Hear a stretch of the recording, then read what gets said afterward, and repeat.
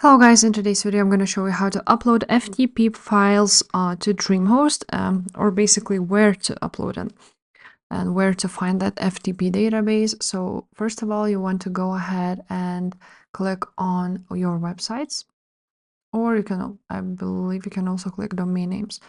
I'm just going to click websites, manage websites.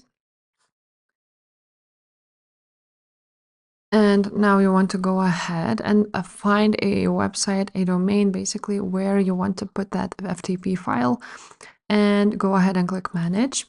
Once you are here, you will see a lot of options here. But what you want to do is go ahead and click manage files and click manage. And it will open up the FTP database where you can actually just go ahead and upload your files just like so, right there at the bottom from your computer. So you can just basically upload it here. If this video was helpful, please leave a like, subscribe to this channel, and I will see you next time. Bye.